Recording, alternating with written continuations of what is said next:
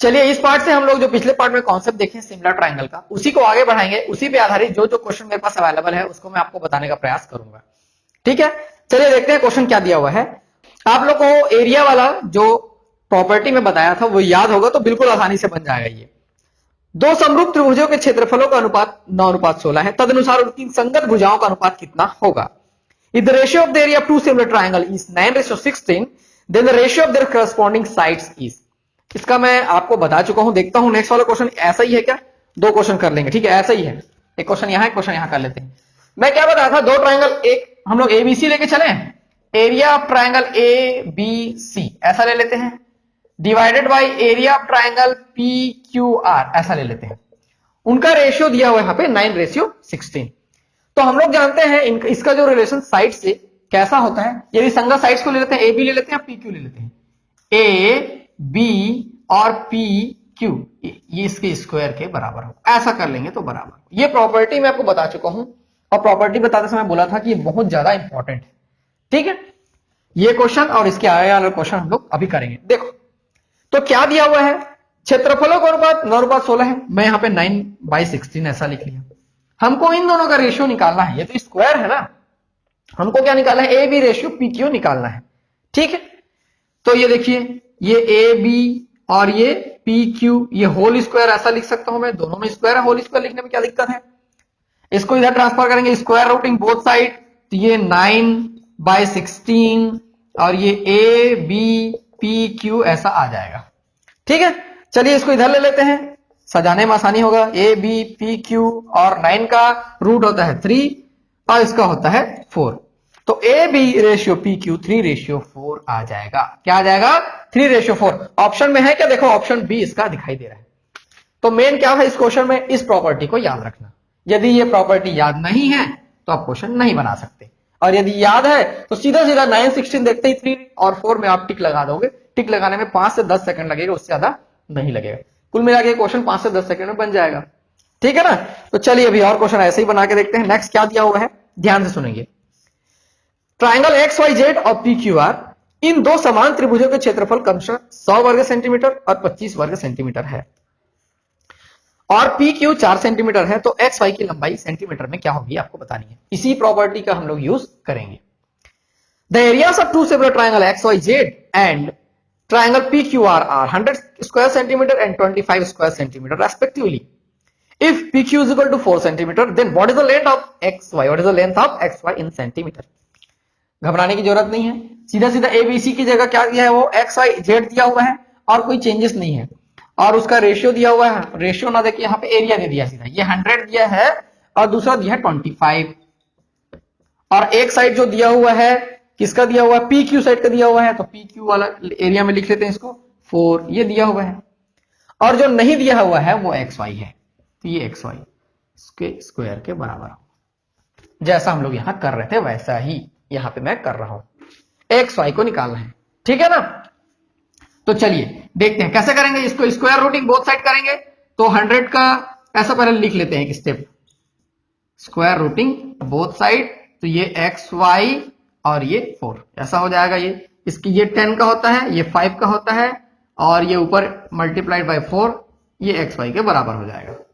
ठीक है, ये 5 दूनी 10, 4 दूनी 8, एक्स वाई कितना हो गया 8 सेंटीमीटर। सेंटीमीटर में दिया हुआ था क्या, मैं देख लूं क्या, हाँ सेंटीमीटर में दिया था, तो ये 8 सेंटीमीटर हमारा आंसर हो जाएगा। इसके लिए भी हमको इसी प्रॉपर्टी को याद रखना पड़ेगा। ठीक है, चलिए अभी और क्वेश्चन बना बना के देखते हैं, प्रैक्टिस हो जाएगा, प्रॉपर्टीज माइंड में बैठ जाएगा। चलिए नेक्स्ट क्वेश्चन कुछ ऐसे ही टाइप का है, मैं जगह एडजस्ट करने के लिए दूसरा क्वेश्चन भी देख लेता हूं। चलिए ठीक है, इसमें देखते हैं। If triangle A B C similar to triangle P Q R, ठीक है, और दिया हुआ है area of triangle P Q R divided by area of triangle A B C, या दोनों का रेशियो किसके बराबर है, 256 डिवाइडेड बाई 441। मैं लिखूंगा अभी, पी आर यहां पे 12 सेंटीमीटर है और ए सी इज इक्वल टू, ए सी का वैल्यू हमको निकालना है। मान लें जो ट्राइंगल दिया हुआ है ए बी सी और पी क्यू आर दोनों सिमिलर है, और यदि क्षेत्रफल क्या क्या दिया हुआ है मैं उसको लिखता हूं। देखो ट्राइंगल पी क्यू आर ये दिया हुआ है जो क्वेश्चन में पढ़ रहा हूं मैं, और आपको दिखाई दे रहा होगा बोर्ड के बगल में, ये किसके बराबर है, 256 और 441 के बराबर है, ये दिया हुआ है। और पी आर यहां पे यहाँ पे पी आर है वो कितना है 12 सेंटीमीटर है, तो ए सी का वैल्यू हमको निकालना है। ठीक है, तो हम लोग जानते हैं इसको हम लोग कैसे लिख सकते हैं 256,441 और यहां से पी आर का वैल्यू दिया हुआ है 12, ए सी हमको निकालना है, इसके स्क्वायर के बराबर होगा। प्रॉपर्टीज तो सीधा सीधा यहां पे दिख रहा है, इसके बराबर होगा। वैसे ही करेंगे स्क्वायर रूटिंग बोथ साइड। तो दिक्कत क्या होता है, हमको 256 और 441 का स्क्वायर रूट याद नहीं रहता है, तो क्वेश्चन में थोड़ा सा दिक्कत हो सकता है, और यदि याद है तो कोई प्रॉब्लम नहीं होगी। ठीक है, तो चलिए देखते हैं। ये होता है 16 का और ये किसका होता है 21 का, इज इक्वल टू 12 अपॉन ए सी। इसको स्क्वायर रूट कर दिया, ये स्क्वायर यहां से हट गया, ये रूट हो गया। ठीक है, ए सी का वैल्यू, ए सी का वैल्यू क्या हो जाएगा, ए सी ऊपर जाएगा, ये 12 इंटू 21 डिवाइडेड बाई 16। ये 4 दिया 12, 4 चौके 16 हो जाता है। इसको हम लोग लिख सकते हैं 21 इंटू 3, तो यहां पे ये कितना हो जाएगा 3 और ये 63 बाई 4, तो ये 15 चौक 60 होता है। यहां से कितना आ जाएगा 15.75 सेंटीमीटर हमारा आंसर आ जाएगा। 15.75 किसका वैल्यू, ए सी का वैल्यू जो हम लोग निकाल रहे थे 15.75 आ जाएगा। ठीक है, मैं क्वेश्चन यहां पे जगह बचा के इसलिए रखा हुआ हूं, नेक्स्ट क्वेश्चन भी छोटा सा है। यहां पे देखो, दो समान समकोण त्रिभुज एल एम एन और ओ पी क्यू की ऊंचाइयों का अनुपात 48 और 36 है। ऊंचाइयां दिया हुआ है, अनुपात नहीं है। OP is equal to 12 centimetre, तो एल एम क्या होगा, ड्रॉ कर लेंगे। छोटा छोटा बना लेता हूं मैं। देखो ये ऐसा है एक ट्रायंगल, और ये दूसरा ट्रायंगल, इसका दिया हुआ है एल एम एन, ये एल एम एन। ठीक है, और क्या दिया है ओ पी और ये क्यू। ठीक है, यहां पे दोनों का जो हाइट है वो दिया है 48 और इधर 36 दिया हुआ है। हमको ओपी दिया हुआ है कितना 12 सेंटीमीटर। एल एम क्या होगा ये हमको निकालना है, एल एम क्या होगा। तो देखो ये सीधा सीधा क्या हो जाएंगे, सिमिलर हो जाएंगे, क्योंकि यहां समान समकोण दिया है, क्वेश्चन में दिया हुआ है the heights of two similar right angle triangle LMN and OPQ are 48 and 36 centimeter. If OP is equal to 12 centimeter, then LMN is.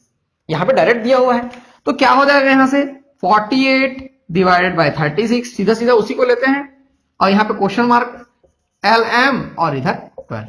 ऐसा नहीं ले लेना है भाई, इधर का एक ले रहे हैं फिर इधर का एक ले रहे हैं, ऐसा नहीं करना है। यदि यहां से ले रहे हैं तो यहां से लेना है, यहां से ले रहे हैं तो यहां से लेना है, और जिसका शुरुआत कर रहे हैं उसी से शुरुआत करना है। ठीक है, यहां से एल एम का वैल्यू निकाल लेते हैं। एल एम कितना हो जाएगा 48 इंटू 12 डिवाइडेड बाई 36, 12 3 जा 36 और ये 16 3 48 होता है 16 सेंटीमीटर। कितना आ गया वैल्यू, एल एम का वैल्यू 16 सेंटीमीटर। यही हमारा आंसर हो जाएगा। ऑप्शन में है क्या, हाँ ऑप्शन ए दिखाई दे रहा है 16 सेंटीमीटर। बहुत ईजी है, प्रॉपर्टीज माइंड में बैठते जा रहे हैं तो क्वेश्चन भी बनते चले जाएंगे। ठीक है, अभी और प्रैक्टिस करते हैं जब तक माइंड में ना बैठ जाए। चलिए नेक्स्ट क्वेश्चन दिया हुआ है, यदि दो समत्रिभुजों की अनुरूप भुजाओं की लंबाइयों का अनुपात 2:3 है तो उनके अनुरूप शीर्ष लंबों का अनुपात क्या होगा। The respective sides of two similar triangle are in the ratio of 2:3, then find out the ratio in its respective altitudes. देखो इस क्वेश्चन में ध्यान देने बात यह है कि क्या दिया हुआ है, दोनों का जो रेशियो दिया हुआ है 2:3 दिया हुआ है। ध्यान देंगे इस चीज को, 2:3 दिया हुआ है। ठीक है, उनके साइड्स के लेंथ में, और उसी का जो रेस्पेक्टिव हाइट होगा उसी का हमको क्या निकालना है, रेशियो निकालना है। ठीक है, यही क्वेश्चन में पूछा हुआ है, तो उनके अनुरूप शीर्ष लंबों का अनुपात क्या होगा। ऐसी स्थिति में यह सीधा सीधा उसी के बराबर हो जाएगा। मतलब वो जो शीर्ष लंब जो एल्टीट्यूड्स का जो रेशियो पूछ रहा है, रेस्पेक्टिव एल्टीट्यूड्स का, उसका भी रेशियो 2:3 हो जाएगा। डायरेक्ट होगा, इसका कोई और सॉल्यूशन नहीं है, आपको इसको पता होना चाहिए। ठीक है, चलिए देखते हैं नेक्स्ट क्वेश्चन, फिर से एरिया वाला है, उसको भी बना के देखते हैं। दो समान त्रिभुज ABC और DEF क्षेत्रफल क्रमशः 144 और 81 सेंटीमीटर है। यदि बड़े जो त्रिभुज है उसकी सबसे लंबी भुजा 36 सेंटीमीटर है, तो समान DEF की सबसे लंबी भुजा कितनी होगी। The area of two similar triangle ABC and DEF are 144 centimeter square and 81 centimeter square respectively. If the largest side of triangle ABC is 30 centimeter, then what will be the largest side of DEF? दोनों का जो बड़ा बड़ा है वो आपको बताना है। तो जो दोनों होगा वो क्या हो जाएगा, सीधा सीधा रेशियो में बराबर हो जाएगा। जैसे हम लोग कर रहे थे area of triangle A B C, area of triangle D E F दिया हुआ है ना, ठीक है, जो भी दिया हुआ हो किसके बराबर हो जाएगा। मान लो लार्जेस्ट वाला यहां पे लेके चलते हैं, ए बी लेके चलते हैं, ये ए बी है तो ये डी ई हो जाएगा, दोनों का स्क्वायर जो है ऐसा इक्वल हो जाएगा। ठीक है, यहां पे क्या दिया हुआ है, 144 दिया हुआ है, ये 144, ये 81, और यहां से ए बी मान के चलते हैं 36, यही है, ये 36 स्क्वायर, और डीई हमको निकालना है, डीई हमको निकालना है, तो उसमें कोई दिक्कत वाली बात नहीं है। ये किसका कितना हो जाएगा 12, और ये 9 स्क्वायर रूटिंग बोथ साइड। ठीक है, और यहां से कैसे कर लेंगे, डीई है तो पहले तो लिख लेते हैं, चलिए 36 by DE, square rooting both side किया हूं तो ये स्क्वायर हट गया है, तो डीई का वैल्यू क्या हो जाएगा, यहां से डीई का वैल्यू क्या हो जाएगा 36 इंटू 9 डिवाइडेड बाई 12, तो 12 3 जा 36, 9 3 जा 27, ये हो जाएगा 27 सेंटीमीटर। ये इसका आंसर हो जाएगा। ऑप्शन में दिया है कि हाँ, ऑप्शन सी दिखाई दे रहा है 27 सेंटीमीटर। चलिए नेक्स्ट क्वेश्चन देखेंगे। अच्छा है, लॉजिकल क्वेश्चन है, ध्यान से समझेंगे फिर बनाने का प्रयास करेंगे। यहां पे ट्राइंगल पी क्यू आर दिया है जिसमें एंगल आर 54 डिग्री, बिंदु एस से पी क्यू का समद्विभाजक लंब क्यू आर से बिंदु टी पर मिलता है। क्वेश्चन में जब ड्रॉ करूंगा, डायग्राम ड्रॉ करूंगा तो बिल्कुल समझ में आ जाएगा, इसमें कोई प्रॉब्लम नहीं होगा। T P R is equal to 46 degree दिया हुआ है, तो पी क्यू आर का मान क्या होगा आपको बताना है। ठीक है, in triangle P Q are, देखो मैं पी क्यू आर ड्रॉ कर लेता हूं। ट्राइंगल पी क्यू आर दिया हुआ है तो हम लोग ट्राइंगल पी क्यू आर बना लेते हैं, उसके बाद फिर आगे बढ़ेंगे। एग्जाम में ये नहीं दिया रहेगा, आपको खुद बनाना है। देखो क्या दिया हुआ है, बिंदु एस से पी क्यू का समद्विभाजक लंब, मतलब ये पी क्यू है, the perpendicular bisector of P Q. देखो इसका परपेंडिकुलर बाइसेक्टर कुछ ऐसा रहेगा, ठीक है, ये हम लोग ऐसा कर लेते हैं, यहां पे ऐसा मिलता है, ये बता रहा है। ठीक है, ये परपेंडिकुलर बाइसेक्टर है, मतलब ये 90 डिग्री हो जाएगा, और इसका पॉइंट क्या दिया हुआ है एस, ये हो जाएगा टी, टी पर मिलता है। ठीक है, मिड सेट, और इसको मैं ऐसा जोड़ लेता हूं, सॉरी ये गलत हो गया, इसको जोड़ लेते हैं, आगे हमको क्वेश्चन करने में आसानी होगी। ये ऐसा हो गया, ठीक है, ये 90 डिग्री जैसा दिख तो रहा है लेकिन 90 डिग्री नहीं है। ठीक, अब आगे क्या बोल रहा है, देखो यहां पे दिया हुआ है एंगल टीपीआर, टीपीआर ये 46 डिग्री है, क्वेश्चन में जितना दिया मैं लिखते जा रहा हूं। ठीक है, और एंगल आर यहां पे 54 डिग्री है, ये तो दिया हुआ है, एंगल आर 54 डिग्री है, इतना दिया हुआ है। हमको वैल्यू निकालना है angle P Q are, P Q are मतलब इसका वैल्यू हमको निकालना है। ठीक, तो देखेंगे इसमें कैसे इसको निकालना है, बहुत आसान है ये। यदि हमको ये पता होता तो हम लोग इसको डायरेक्टली निकाल लेते, लेकिन ये नहीं पता है। ठीक है, अभी देखो ध्यान से, ये 54 है, ये 46 है, तो ये सबसे पहले हम लोग निकाल सकते हैं इस ट्राइंगल में। ठीक है, कितना हो जाएगा 180 माइनस 46 प्लस 54, ये वाला एंगल हो जाएगा। ठीक है, ये देखो 180 माइनस ये कितना हो जाएगा 100, कुल मिला के ये आ गया 80, तो ये जो है हम लोग अभी निकाले हैं ये आ गया 80 डिग्री। कितना आ गया 80 डिग्री, इस चीज को ध्यान देना है। ठीक, बहुत ध्यान से। अभी देखिए आगे इस ट्राइंगल में, triangle P S T and triangle ये देखो क्यू एस टी, इस ट्राइंगल में देखो, ये वाला ट्राइंगल में, ये वाला ट्राइंगल, ध्यान से देखना है। ठीक है, क्या है यहां पर, ये जो एंगल है कौन कौन सा, ये वाला, सॉरी ये जो 90 डिग्री है, और ये साइड है, और ये बाइसेक्टर है, बोल रहा है ये परपेंडिकुलर बाइसेक्टर, मतलब कि ये जो साइड है, ये जो साइड है इक्वल हो जाएगा, इक्वल हो जाएगा। यानी कि मैं ऐसा लिख सकता हूं Q S is equal to S P, ये लिख सकता हूं इसको, Q S is equal to S P. ध्यान से देखेंगे मैं क्या करने की कोशिश कर रहा हूं।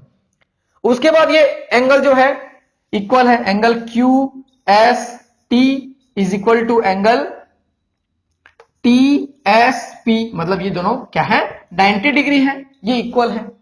ठीक है, और ये जो साइड है ये दोनों में है, इस ट्राइंगल में भी है, इस ट्राइंगल में भी है, तो ये भी इक्वल होगा, S T is equal to S T, common side equal हो जाएगा। यानी कि ये साइड इक्वल है, ये एक एंगल इक्वल है, फिर से एक साइड इक्वल है, side angle side, side angle side, उस तरह से ये सिमिलर ट्राइंगल भी हो जाएगा, कॉन्ग्रुएंट ट्राइंगल दोनों हो जाएगा, उसमें कोई दिक्कत नहीं है। साइड एंगल साइड हो जाएगा, ये साइड एंगल साइड, तो ये दोनों हो गए अब सिमिलर ट्राइंगल। इसलिए इसका जो एंगल बच जाएगा, ये जो एंगल क्यू है ये जो एंगल P है, क्योंकि देखो मैं क्या लिखा हूं PQ, ये दोनों भी क्या हो जाएंगे, इक्वल हो जाएंगे। Angle P is equal to angle Q। P मतलब इसकी बात कर रहा हूं मैं, ठीक है, कंफ्यूज नहीं होना उसमें, मैं इसकी बात कर रहा हूं, ठीक है। ये दोनों क्या हो जाएंगे, इक्वल हो जाएंगे। अभी देखो ये दोनों एंगल इक्वल हो गए, सेटिस्फाई हो गए। ये 80 डिग्री है और ये इस ट्राइंगल का बहिष्कोण है, एक्सटीरियर एंगल है। इस ट्राइंगल का क्या है, वो एक्सटीरियर एंगल है, यानी कि इन दोनों का एडिशन किसके बराबर होगा, 80 के बराबर होगा। और दोनों के दोनों इक्वल हैं, मतलब दोनों कितने हो जाएंगे, 40 एंड 40। दोनों कितने हो जाएंगे, 40। तब दोनों का एडिशन क्या हो जाएगा, 80 हो जाएगा। ठीक है, इस तरह से ये प्रश्न बनेगा, बहुत ज्यादा इंपॉर्टेंट है। अब ये 40, ये भी 40, जो भी क्वेश्चन पूछा हुआ था हमारा कितना आ गया आंसर, 40 डिग्री। ये बहुत ज्यादा इंपॉर्टेंट और अच्छा क्वेश्चन है, इस चीज को ध्यान से समझना है। और ऐसे क्वेश्चन मैं जनरली वीडियो के पीछे रखता हूं, क्योंकि जो शुरू देख के निकल जाते हैं उनसे ये छूट जाता है। अच्छी बात है, कोई दिक्कत नहीं है, ठीक है। जो लास्ट तक बने रहते हैं उनको वैल्यूएबल चीज में देने की कोशिश करता हूं। अभी ऐसा ही 2 प्रश्न और है, उसको भी बना के देखते हैं। देखो ये क्वेश्चन एग्जाम में आया हुआ था, व्यापक के एग्जाम में आया हुआ था, ध्यान से सुनेंगे। दिए गए चित्र एबीसीडी में, एबीसीडी क्या है, समलंब चतुर्भुज है, जिसमें एबी पैरेलल डीसी और AB is equal to 3DC। Triangle AOB और ट्राइंगल सीओडी के क्षेत्रफलों में क्या अनुपात होगा, आपको बताना है। In the given figure, in the given figure ABCD is trapezium in which AB parallel to DC and AB is equal to 3DC. Find out the ratio in the areas of triangle AOB and triangle COD. देखेंगे ध्यान से, मैं पहले draw कर लेता हूं। ये question आया हुआ था, बहुत इंपॉर्टेंट क्वेश्चन है। इसको कैसे बनाना है, बहुत आसानी से हम लोग देखेंगे। देखो ये एक ट्रेपेजियम है, ऐसा दिया हुआ है, ठीक है, और यहां पे दिया हुआ है ये A, ये B और ये D और ये C, ये ऐसा दिया हुआ है, ठीक है। ऐसा इसको मिला लेते हैं, अब तो हमको ट्राइंगल मिलेगा, ये O हो गया, ठीक। A B parallel to DC, A B और डीसी पैरेलल है, और A B is equal to 3DC, A B is equal to 3DC, ये भी दिया हुआ है। हमको रेशियो निकालना है किसके किसके बीच। देखो triangle A O B, triangle A O B और ट्राइंगल सी ओ डी, इसके एरिया में रेशियो निकालना है। ट्राइंगल सी ओ डी, इसके एरिया में रेशियो निकालना है, ठीक है। तो ट्राइंगल ए ओ बी और ट्राइंगल सी ओ डी, इस चीज को ध्यान से देखेंगे, ध्यान से देखेंगे। यदि ये 2 पैरेलल लाइन है, ठीक है, यहां से ये तिरछा हो जा रहा है, ये पैरेलल लाइन है और ये इंटरसेक्टिंग लाइन है, तब क्या होता है, ये एंगल और ये एंगल इक्वल होता है, अल्टरनेट इंटीरियर एंगल या इंटीरियर अल्टरनेट एंगल, अंतः एकांतर कोण, ये दोनों इक्वल होता है, ठीक है। उस हिसाब से देखो ये वाला एंगल इसके बराबर होगा, किसके बराबर होगा, इसके बराबर होगा, ये वाला एंगल इसके बराबर होगा, ठीक। इस बात से सहमत है। और वैसे ही इस साइड से देखेंगे, इस साइड से देखेंगे तो ये वाला जो एंगल होगा इसके बराबर होगा, ठीक है। मैं इसको ऐसा कर लेता हूं, तो आपको समझ में आएगी कौन किसके बराबर है। ये एंगल इसके बराबर, ये एंगल इसके बराबर, यानी कि 2 अलग अलग ट्राइंगल में 2 एंगल बराबर है, तीसरा भी बराबर हो जाएगा, वर्टिकली अपोजिट एंगल, कोई दिक्कत नहीं, हमको लेकिन 2 ही एंगल चाहिए। अब 2 एंगल बराबर है, तो triangle A O B similar to triangle A किसके बराबर है, सी के, तो सी ओ डी, सी ओ डी, इसके वो सिमिलर हो जाएंगे, किससे, एंगल एंगल प्रॉपर्टी से, किससे, एंगल एंगल, एंगल एंगल बराबर है, तीसरा एंगल ऑटोमेटिक इक्वल हो जाता है, इसलिए 3 बार एंगल नहीं लेते हैं। ये दोनों क्या होंगे, सिमिलर हो गए, इस चीज को ध्यान में देना है, सिमिलर हो गए। तो अभी देखो area of triangle A O B divided by area of triangle C O D, ठीक है। तो इसका रेस्पेक्टिव साइड्स ले लेंगे हम लोग, ए ओ बी, यही निकालना है हमको, रेशियो निकालना, ए ओ बी, तो ए बी ले लेते हैं, चलो ए बी और इधर सी डी, ये इसके बराबर होगा। इस प्रॉपर्टी को हम लोग बार बार पढ़ चुके हैं, इसके बराबर होगा। एक्स्ट्रा ये था कि इसको सिमिलर प्रूफ करना था पहले, ये हो गया। A B, A B is equal to क्या दिया हुआ है क्वेश्चन में, ध्यान से देखेंगे, 3DC, ये दिया हुआ है, A B is equal to 3DC, ये क्वेश्चन में दिया हुआ है, ध्यान से। तो ए बी की जगह में रख लिया 3DC और ये DC का DC और ये square, DC DC cancel, DC और DC कैंसल, तो क्या हो जाएगा, ये 3 स्क्वायर, तो 9:1, क्या आ जाएगा यहां से, 9:1, और यही हमारा आंसर हो जाएगा। देखो ऑप्शन फर्स्ट दिया हुआ है 9:1, 1:9 भी दिया हुआ है, लेकिन पहले ट्राइंगल ए ओ बी को लेना है, तो उस हिसाब से 9:1 हमारा आंसर हो जाएगा। तो ये बहुत अच्छे लेवल का एक क्वेश्चन था। ऐसे क्वेश्चन आपसे बनने चाहिए। सिमिलर ट्रायंगल में जो सिंपल इस प्रॉपर्टी को यूज कर सकते हैं, लेकिन पहले इसको भी आपको प्रूफ करना पड़ेगा कि ऐसा ऐसा हो रहा है। प्रूफ करने की आवश्यकता नहीं है, लेकिन कम से कम आपको पता तो होना चाहिए ये सिमिलर ट्रायंगल है, कैसे हैं, तो ऐसे हैं। ठीक है, तो ये इस प्रकार का एक क्वेश्चन था। एक और प्रश्न है, उसमें भी अच्छे लॉजिक का इस्तेमाल हुआ है, उसको भी बना के देख लेते हैं। चलिए नेक्स्ट एक इंपॉर्टेंट, इंटरेस्टिंग और लॉजिकल क्वेश्चन देखेंगे। दी गई आकृतियों में ट्रायंगल एबीसी और ट्रायंगल पीक्यूआर की भुजाओं की लंबाई दी गई है, दोनों दिया हुआ है क्वेश्चन में। ठीक है, एक समान यूनिट है, मान लो सेंटीमीटर है तो वो भी सेंटीमीटर है। एंगल ए और एंगल बी भी दिए गए हैं, एंगल पी का मान क्या होगा आपको बताना है। ठीक है, ध्यान से पहले ड्रॉ करूंगा। In the given figure the length of sides of triangle ABC and PQR given and they are given in the same units. Also angle A and angle B are given, the value of angle P is. देखो मैं पहले draw कर लेता हूं। ठीक है, जल्दी जल्दी पढ़ने का उद्देश्य ये था कि हमको डायग्राम में ज्यादा समय बिताना है। ठीक है, ये ट्रायंगल दिया हुआ है और ये ऐसा दिया हुआ है। चलो ठीक है, ये ट्रायंगल दिया हुआ है ए बी सी, ये 3.8 है। देखो ध्यान से ना, ये सब सेंटीमीटर में 3 पॉइंट या सब सेम यूनिट में है। ये 60 डिग्री है, ये क्वेश्चन में आपको मिलेगा। ये 80 डिग्री है, ये 6 है, ये 3√3 है। ठीक है, ये 6√3 है, ये 12 है, ये P है, ये R है, ये O है। हमको वैल्यू निकालना है एंगल P का, इसका वैल्यू निकालना है, इसका वैल्यू निकालना है ध्यान से। ठीक है, तो इसमें हम लोग कैसे करेंगे, देखो मैं ये वाले ट्रायंगल को, ठीक है, ये वाले ट्रायंगल को फिर से एक अलग तरीके से ड्रॉ कर रहा हूं। P पॉइंट को, सॉरी इस वाले ट्रायंगल को ड्रॉ कर रहा हूं। देखो इस वाले ट्रायंगल को, तो या वो भी है, वो कोई दिक्कत नहीं है, ये ऐसा हो जाएगा P। ठीक है, ध्यान से देखना ना, इसी में सॉल्यूशन है। P, ये O,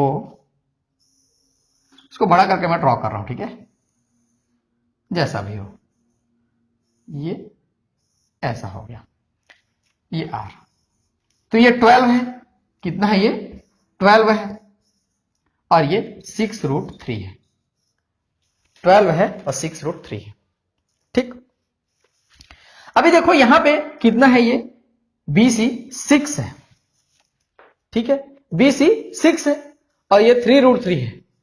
तो 3√3 है, तो 6√3 का कुछ दूर ले लेते हैं, ये 3√3 हो जाएगा। क्या हो जाएगा, ये 3√3 हो जाएगा। वैसे ही ये 12 है, इसका आधा ले लेते हैं, तो यहां पे एक ऐसा आ जाएगा।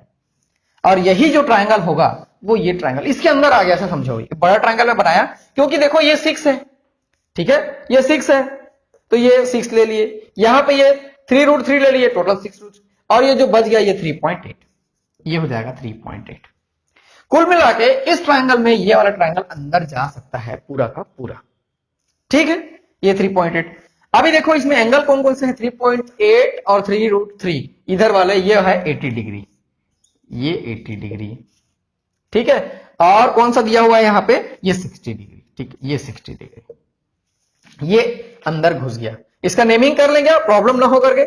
चलिए इसका नेमिंग कर लेते हैं। 80 के पास A लिखा हुआ है, तो ये A पॉइंट है, ऐसा मान के चलो, मैं इसको ऐसा घेर लेता हूं, ये A पॉइंट है। 60 के पास B लिखा हुआ है, ये B पॉइंट है, और ये C पॉइंट है, ये ऐसा है, इसके अंदर ये घुस गया। तो ये देखो, ये छोटे वाले ट्रायंगल में ये कितना हो जाएगा, ये 40 डिग्री हो जाएगा। क्या सीधा सीधा ये 40 डिग्री हो जाएगा। और यदि ये 40 डिग्री हो गया, तो यही तो हमको क्वेश्चन में पूछा हुआ है। देखो एंगल P का मान क्या है, एंगल P का मान क्या है, 40 डिग्री। सीधा सीधा हो जाएगा।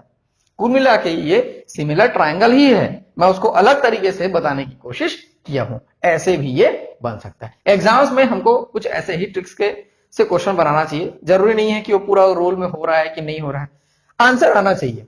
थोड़ा सा इधर उधर करके आंसर आ जाता है, और वैसे ही क्वेश्चन बनाना चाहिए एग्जाम्स में। ज्योमेट्री में तो कुछ ऐसा ही होता है, कभी कभी हम लोग लॉजिक लगा भी लेते हैं और पता नहीं चलता है कि ऐसा लगा लिए करके, लेकिन रहता है सही, क्योंकि कहीं ना कहीं आपके माइंड में प्रॉपर्टी बैठा हुआ है, आप उस प्रॉपर्टी को न जानते हुए भी यूज कर लेते हैं। ऐसा होता है, बहुत ज्यादा पढ़ लेंगे तो ऐसा बिल्कुल होगा।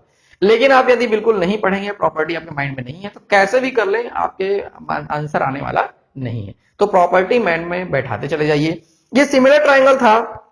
इससे पहले वाले पार्ट में हमने सिमिलर ट्रायंगल के कुछ प्रॉपर्टीज, कुछ लॉजिक्स के बारे में जाना, कॉन्सेप्ट के बारे में जाना, और इस पार्ट में हम लोगों ने क्वेश्चंस किया। तो दोनों पार्ट आप ध्यान से देखिए, दोनों पार्ट आपके लिए फायदेमंद रहेगा। और इसको हम लोग ऐसे ही आगे बढ़ाएंगे। आगे आने वाले पार्ट्स में कुछ मैं मिसलेनियस क्वेश्चन लेके आऊंगा और कुछ ट्रायंगल को आइडेंटिफाई वाले को करने वाले कुछ क्वेश्चंस लेके आऊंगा, उसको भी समझेंगे और बनाने का प्रयास करेंगे। मैं देवेश आप लोग के लिए ऐसे ही लेसन्स लेके आता रहूंगा। मेरा आपसे इतना निवेदन है कि आप वीडियोस जितना ज्यादा हो सके शेयर करते रहिए, क्योंकि वही एकमात्र जरिया है जिससे मुझे सपोर्ट मिलता है और मैं आगे ये काम जारी रख सकता हूं। मैं उम्मीद करता हूं आपसे मुझे बिल्कुल सहयोग मिलेगा। Thank you.